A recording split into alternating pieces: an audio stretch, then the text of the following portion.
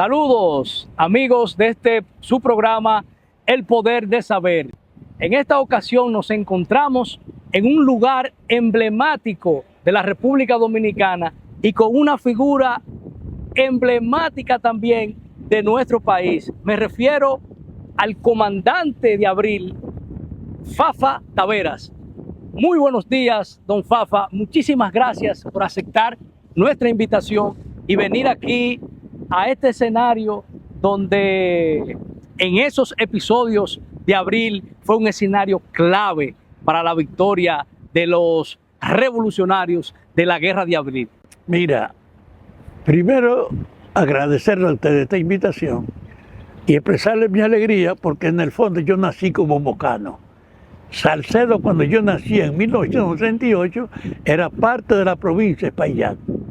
De hecho, yo era parte de la provincia de Moca cuando nací. Bueno, después de eso es que Salcedo se hace provincia, pero ya yo había nacido con esa marca de la provincia. Correcto. Además, la alegría de ser mocano, porque había una tradición de que los mocanos eran resistentes, de que parte de las luchas eran de gente de allá, y de que en el movimiento 14 de junio yo trabajé con mocanos como Marién García sí, y otros funcionarios de la resistencia. Pero Marién y yo, él era seminarista, muy vinculado, y yo trabajaba con el movimiento religioso. Estuvimos muy vinculados, participando y coordinándonos en toda esa época. Don Fafa, usted que fue un prominente miembro del 14 de junio, un factor importante en contra de la resistencia de la tiranía de Trujillo, que fue encarcelado y fue torturado en la 40. Díganos, ¿cómo se inicia usted en estas luchas revolucionarias? ¿Cómo son sus inicios? Primero, yo soy hijo de mis abuelos, que fueron los que me criaron. Y mi abuelo fue portador siempre de una visión que a mí me empujaba hacia la resistencia. Porque con mi abuelo yo compartí muchas experiencias en el sentido de que él fue hermano de una persona asesinada cuando hubo Cáceres y tuvo siempre entonces una actitud abiertamente contra todo el orden. Y durante la dictadura de Trujillo también lo fue, a tal grado que yo me formé en una escuela de la política con las historias de mi abuelo y con las experiencias que viví. Yo era un muchachito pequeño, él tenía una carnicería en un campo, Algarrobo, que queda entre Salcedo y Moca. Después del 44, del año más triste de la miseria, yo era un palomito. Y yendo allá yo me encontré un día por la mañana con él, porque era de madrugada que salíamos, que un zapato de alguien que estaba colgando me dio y yo me sacudí. Abuelo, aquí hay un muerto. Y él me cogió y me dijo, oye, aquí dicen que salen los muertos. No, pero que yo lo vi. No, me agarró y fuimos al día entero a la carnicería. Ese día él adelantó todo su trabajo y regresamos rápido. Y cuando regresamos, llegó a la casa, él era el sombrerero del pueblo, en una época que el sombrero era lo más importante para los varones. Era una prenda importante, sí. Más que los zapatos. Sí. Entonces él llegó allá y se apareció un señor, yo estaba con mi abuelo ahí, vestido correctamente, con zapatos, con un sombrero. Mire, vine aquí porque me dijeron que esta casa reúne a mucha gente y que usted es un caballero que tiene conexión con todo el mundo. Porque hace 2 días mi hijo se ha desaparecido y yo ando buscándolo. Y cuando mi abuelo oye eso, le dice, ¿por qué usted se espanta? Porque su hijo usted sabe cómo son los muchachos. A lo mejor está por ahí riéndose viéndolo a usted. A sabiendas del episodio temprano. Por último le dijo a mi abuelo, además aquí tenemos un gobierno respetable, que da una garantía que no es de ninguna manera permitiría una cosa así. Y entonces el hombre lo abrazó. usted es el primero que me da un aliento, un sí. aliento. Y se va, y cuando él se va, yo, abuelo, ¿y por qué tú le dijiste esto a ese hombre? Y me cogió por la cintura, me sentó en la mesa y me dijo, ese hombre no es pariente de ese desaparecido, ese no es papá de ese muchacho. Es verdad que tú viste que era un muerto, pero ese es un policía, a ver lo que yo digo. Mi primera lección. Su primera lección de vida. Siendo muchacho. ¡Wow! ¡Wow! Don Fafa, indiscutiblemente que el país, después de la muerte de Trujillo, ha dado sus avances en el orden democrático. Sabemos que no es lo ideal. Queremos preguntarle a usted, antes de pasar al tema de Abril, ¿cuáles cosas usted entiende que se superaron con la muerte de Trujillo y cuáles están pendientes después de la muerte de Trujillo? Primero, Trujillo prostituyó todas las instituciones para manejarla, porque en el fondo él concentró el poder económico. Él era el hombre de la CDA de la aviación, él era el hombre de Molino que producía la harina, y todas las empresas importantes, Era un monopolio. si no eran de él, tenían que tener una relación, la presidenta, Bermúdez, Brugal, Fongamundi. Sí. Entonces Trujillo se convirtió en el eje de la actividad económica del país y convirtió al Estado en un instrumento bajo su control. Acabó con todas las libertades, era también un problema personal, y en ese orden Trujillo prostituyó todo para ponerlo a su servicio. Cuando muere Trujillo, el país tenía entonces un desafío, cómo a esa herencia de la estructura corrompida por el trujillismo podían irla adecuando para que tuviera vigencia el respeto a la gente y la democracia. Hace una batalla que no ha concluido todavía, porque la justicia dominicana sigue siendo un instrumento corrupto al mando de lo que mandan. La educación dominicana sigue siendo un instrumento de explotación y profundamente atrasado, y para el mundo de hoy no tenemos la escuela que necesitamos. Los maestros que nosotros tenemos no tienen formación para producir los alumnos que necesitamos. Aquí hay que hacer un cambio global, y por eso es que yo sostengo que hay que refundar la República, que hay que rehacer las instituciones para poder tener una sociedad que respete los derechos, que propicie la convivencia y que nos desarrolle a todos. Esas son de las cosas pendientes. Así es. Así es, muy bien. Entonces, ¿en qué momento y bajo qué circunstancias usted se enrola en la Revolución de Abril? Por ejemplo, y voy a ser más preciso, el 24 de abril, cuando a través del programa radial Tribuna Democrática se anuncia públicamente el apresamiento del Estado Mayor del Ejército y se hace un llamado a la población a lanzarse a las calles, en ese momento, ¿dónde está usted apostado? En la calle Caracas 110, escuchando ese día ese programa cuando Peña Gómez hizo el anuncio de la información. Y al hacerlo, creó una atmósfera de inquietud inmensa, porque ya yo he pasado por la 40 en la era de Trujillo, por la tortura, por ver la muerte y el asesinato de muchos de mis colegas. Entonces, cuando pasó eso, fue una información que nos despertó a todos, en el sentido de que ahora sí, ahí había un sargento que era amigo de la casa y que me dijo que había salido de la fortaleza ese día libre como a las 10 de la mañana. Y cuando escuchó eso, qué vaina, ahora yo voy a tener que volver para la fortaleza. Ayer que estaban los policías. Sí, claro, claro. Un sobrino de ese sargento, yo se lo estoy buscando para que se lo puedan a trabajar hoy todavía. Es decir, que en casa era un ambiente de mucha relación.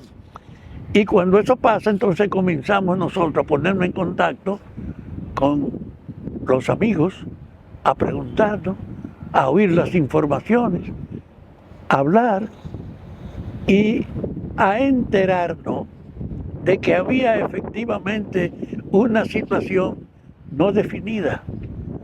Y nos sorprendimos cuando en la noche vimos a Donald Reed, que era el jefe del triunvirato que funcionaba, diciéndole a los subversivos que entregara sus armas, porque si llegaba a la mañana sin liquidarse, él le iba a caer encima. Y la repercusión de esa amenaza de Donald Reed fue que entonces los tigres del comando salieron para la calle. Salieron para la calle. Y fueron. Fue una provocación. Fueron Los bomberos eran los que tenían en ese tiempo una bocina, una sirena, que era un tipo de reloj público, porque era por hora que sonaba. Y en a Moca todavía funciona así. a las 12 de la noche, sí. pues nadie le hace caso. A las 12 de la noche nos despertaron con ese incremento masivo de esa bocina funcionando. Y siguió toda la madrugada. Y cuando amanece, yo soy de lo que sale papá aquí en Independencia y se sorprende cuando ve yendo de guardia, porque los que se habían levantado contra derecha estaban ahí y se habían concentrado en estos alrededores.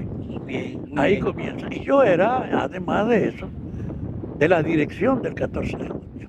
Sí, porque ya usted venía con una experiencia del 14 de junio en la resistencia contra Trujillo. Entonces, ese hecho de venir hace que se reúna la dirección en la mañana del domingo para decidir qué hacer. Y en esa dirección éramos dos tendencias, los que estuvieron con Manolo que mataron y los que nos opusimos a ellos, que era parte de mi caso. Yo estaba en Cuba cuando mataron a Manolo, me entrené y vine y estaba clandestinamente activo. Y cuando planteamos entonces qué hacer, yo intervine. ¿Cuál fue su opinión? Dice, ahora hay que tener una selección militar de la dirección del 14. Y ustedes saben que aquí tenemos dos tendencias, ustedes y nosotros, dije yo a los demás. Fidel de Pradera era de los jefes de la otra tendencia.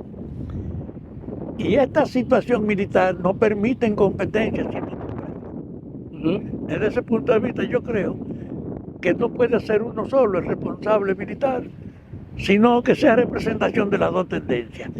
Pero para eso tienen que ser dos personas que tengan buenas relaciones. Sí, que sean amigos, ¿verdad? Que tengan buenas relaciones. Y eso solo se da con Juan Miguel Román y conmigo. Estaba esa condición entre ustedes. Ahí se acabó la discusión. Se acabó el debate y fueron electos ustedes. Que nosotros no fuéramos los responsables militares. Y digamos ahí comenzó mi integración. Qué bueno. Digamos una cosa desde su enfoque. Sabemos que Fernández Domínguez estaba en el exilio cuando ocurrió lo del 24, pero cuando regresa a Fernández Domínguez, que con la idea de asaltar el Palacio Nacional y que se lleva a cabo el 19 de mayo, donde él pierde la vida. Según su enfoque, la idea de asaltar el Palacio Nacional, ¿hubo un error táctico en la incursión exactamente? ¿O fue desde su concepción una mala idea, según su Pero nosotros teníamos en mente asaltar a la cuartel de la policía, que había una discusión de Camaño con ellos, que le dijeron, bien para acá, nosotros vamos a hacer resistencia. Y teníamos una vocación de conseguir militares en todos los sitios, en una forma directa. Reclutarlo. Entonces el Palacio era la mayor referencia de época. Estaba ahí y cómo lo usaban. Ya los yanquis habían venido al país. Ya había pasado el 28 de abril. Sí.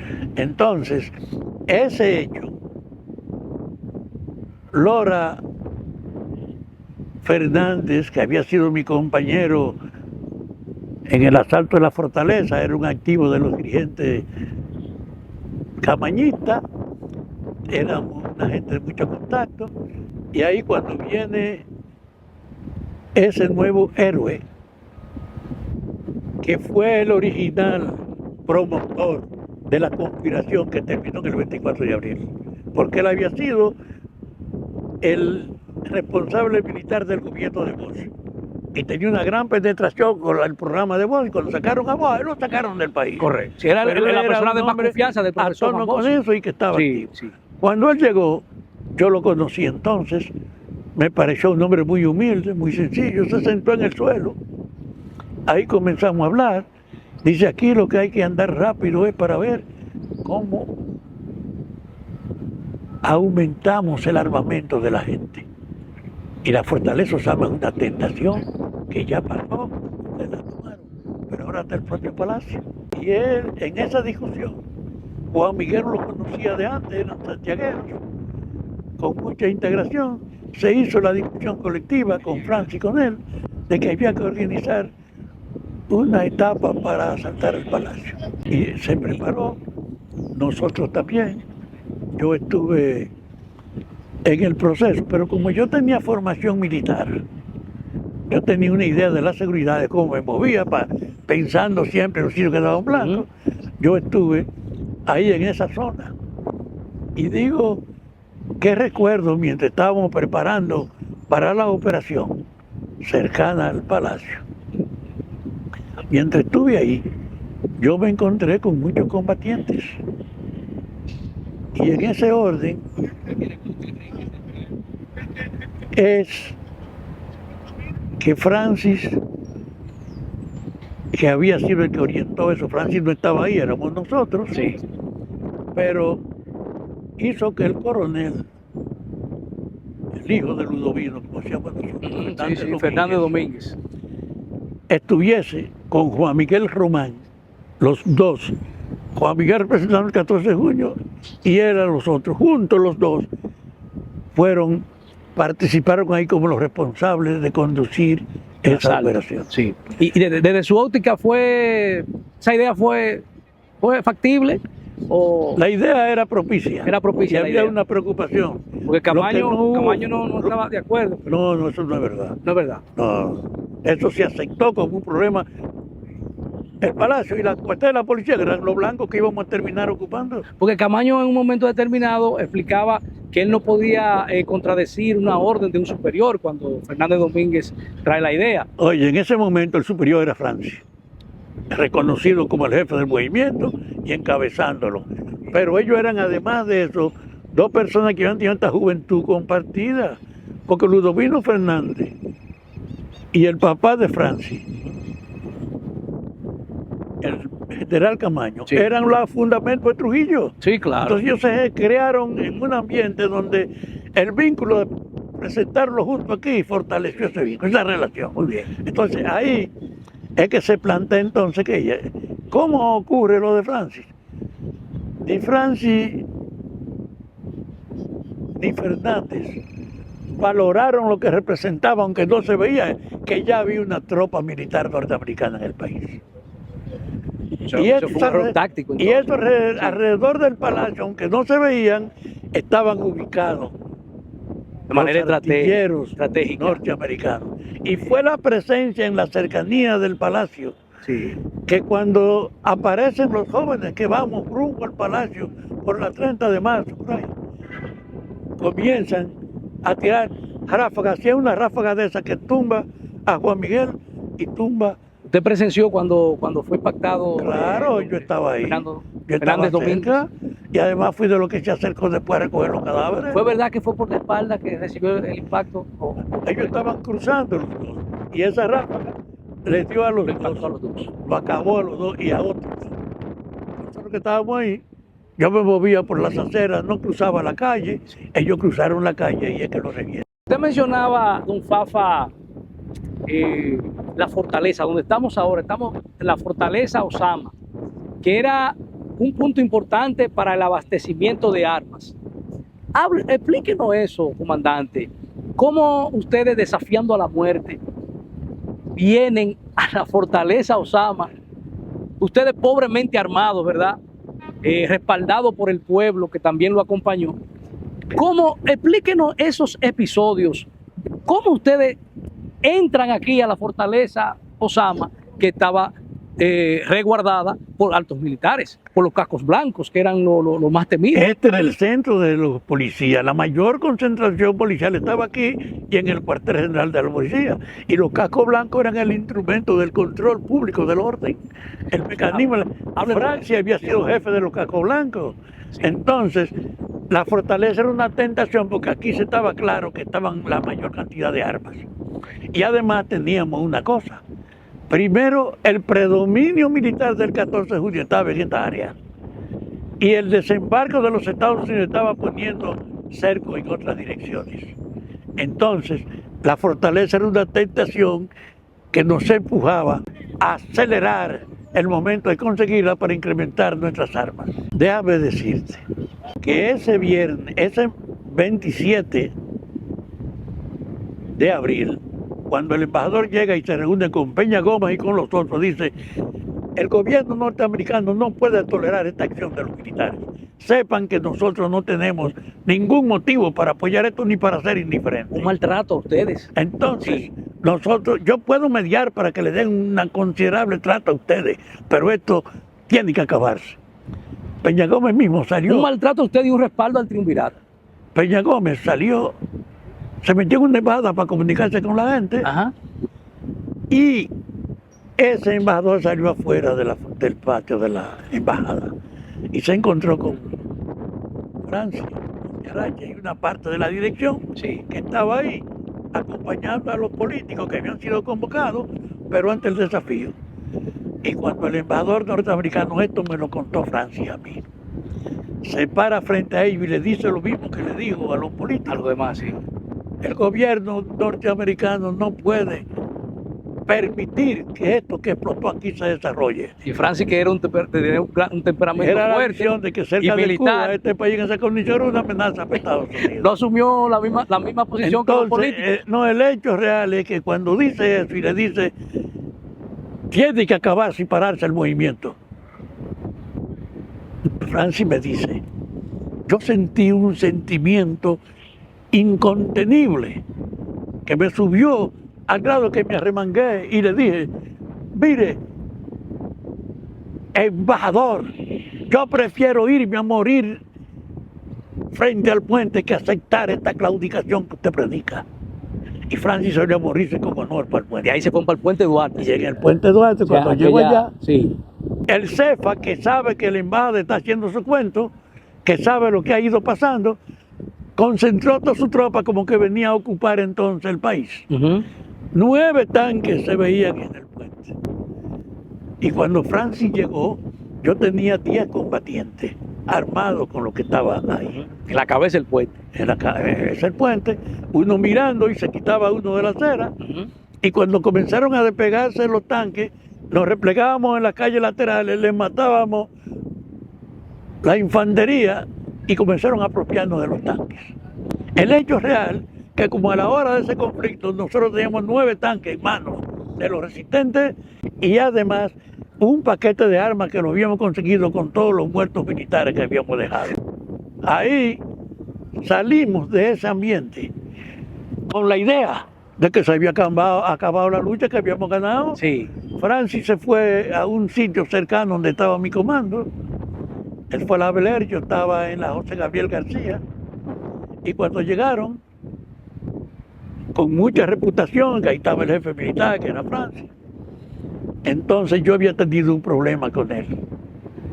Como yo era el jefe de la propaganda el 14 de junio, en una ocasión, antes de la guerra, Francis se generó una situación que nos separó, y es que el 14 de junio tenía su local en la calle Otto, esquina Conde, en un segundo piso. Y eso fue en la época del propio gobierno de Bush. Y entonces, en esa época, 26 de julio de 1962, o 63, 26 de julio, aniversario del día que Fidel había llegado, la bocina del 14 afuera estaban dándole toda la dimensión a recordar ese heroísmo. Y vinieron 2 camioncitos de la tropa de choque y se pararon frente al local del 14, lo alinearon en las 2 direcciones del Conde y de la otra calle, y como yo era el hombre de la propaganda, es quien baja a preguntarle, coronel, ¿y por qué está usted haciendo esto? Dice, mire, tiene 3 minutos para que calle esa bocina, me dijo Francis. Y yo seguí hablándole. Tiene 2 minutos para que calle esa bocina, y yo seguí hablando. Y cuando me dijo falta 1, yo salí corriendo. Y no pude subir al local porque los tiros de ellos tumbaron las bocinas y nosotros tuvimos que salir huyendo del local del 14. Ese hecho había marcado una confrontación Entre el 14 la de junio. noche del 27 de abril, después de venir del puente, creyendo que habíamos participado Sí. en consolidar la victoria. Yo fui entonces donde estaba Francis. Cuando llegué le dijeron, coronel, aquí está Fafa Taveras del 14, quiere verlo. Y él, sabiendo qué ha pasado, se volteó y yo vi que tenía un plato esmaltado, eso que pasa, comiendo yuca con salchichón con la mano. Entonces dejó eso y nos abrazamos No tuvimos que decir nada Qué bien. y comenzamos Qué bien. una nueva relación condicionada Qué por bien, aquello. qué bien. Y entonces dijimos, esto, me lo dijo él, tiene que reforzarse con tomar la fortaleza y el palacio de la policía. Ah, sí, pero podemos vernos mañana para que organicemos la discusión. Quedamos de vernos como a las 11 de la mañana del 28 de abril. Y cuando nos reunimos, los dos escuchamos cuando el presidente de Estados Unidos dijo que había ordenado que 500 infantes de marina vinieran a Santo Domingo a proteger el perímetro de la embajada ante el desorden y la anarquía que se había creado en la capital.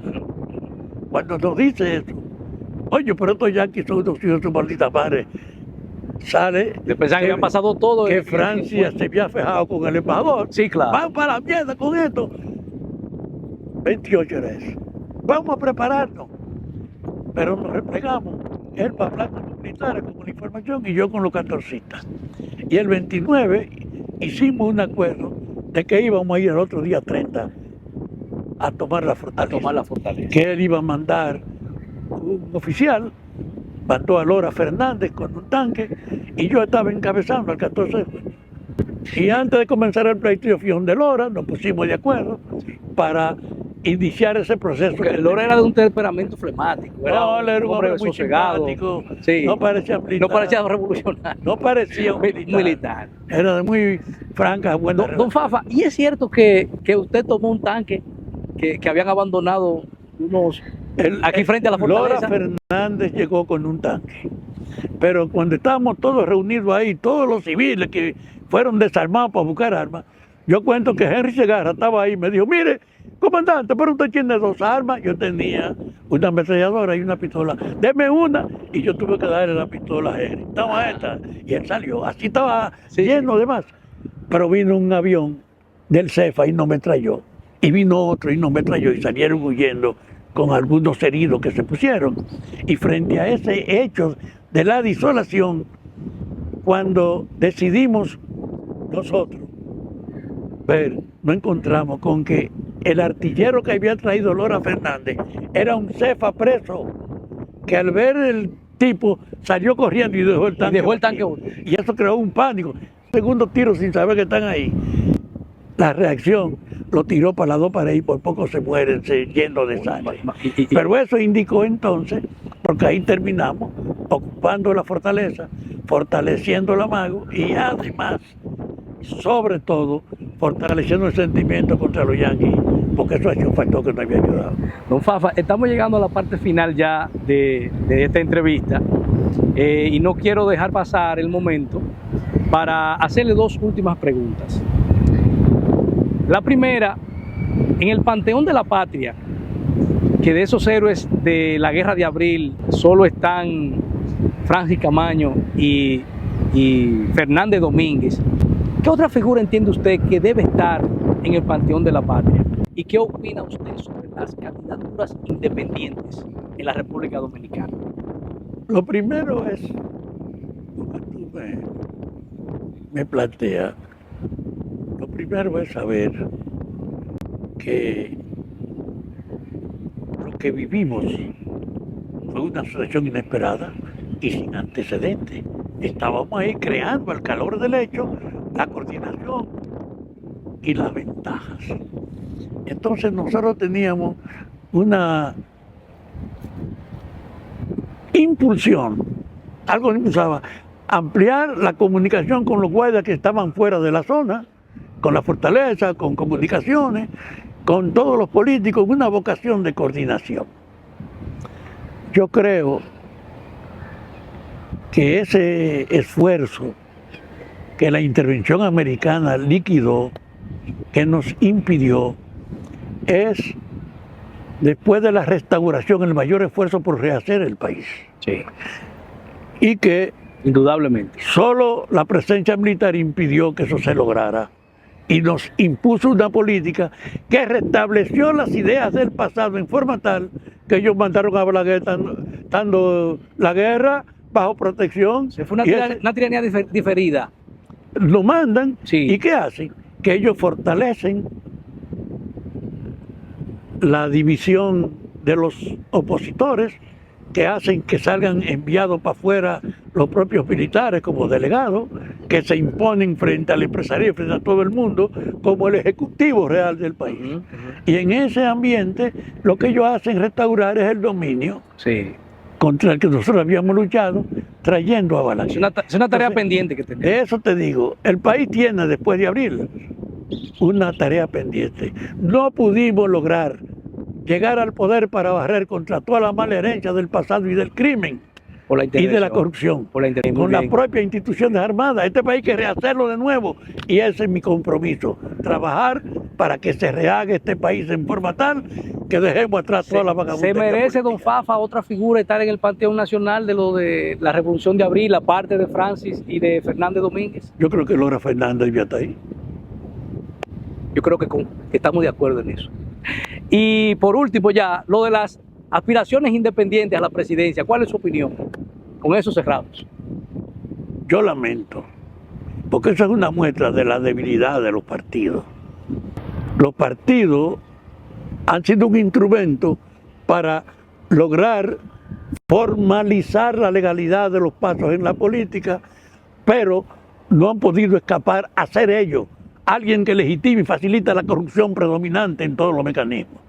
Hay que rehacer los partidos. Yo creo que hay que refundar la República es comenzando por los partidos. Pero fortaleciendo el sistema partidario. Claro, el sistema partidario tiene que asumir. Es que garantiza la... Nosotros llamamos a la unidad partidaria para asumir el esfuerzo de rehacer este país, comenzando porque ellos tienen que tener otra visión. Muy bien, muy bien. Bueno, este es un tema muy apasionante y que nos pasáramos el día entero aquí en este escenario hablando con don Fafa Taveras, que es un comandante glorioso de nuestra historia democrática. Así que nosotros queremos reiterarle las gracias por su amabilidad de regalarnos este tiempo para nosotros aquí conversar con usted y a través de este programa hacerle llegar la historia a viva voz de los autores principales que participaron al pueblo dominicano y a esa nueva generación de jóvenes que debe conocer a fondo nuestra historia. Déjame reiterarle a los oyentes de este espacio. Le voy a dar la oportunidad para que usted concluya el programa con un mensaje final suyo.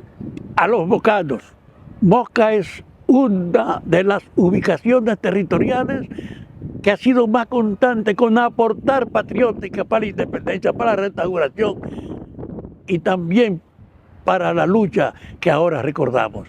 A ustedes, yo les digo, mantengan su propia unidad, propicien una lucha intransigente contra la herencia de la corrupción, de la vagabundería y los negocios de la política, porque esto tenemos que rehacerlo, pero inevitablemente que tiene que ser con la participación de los que creemos en eso.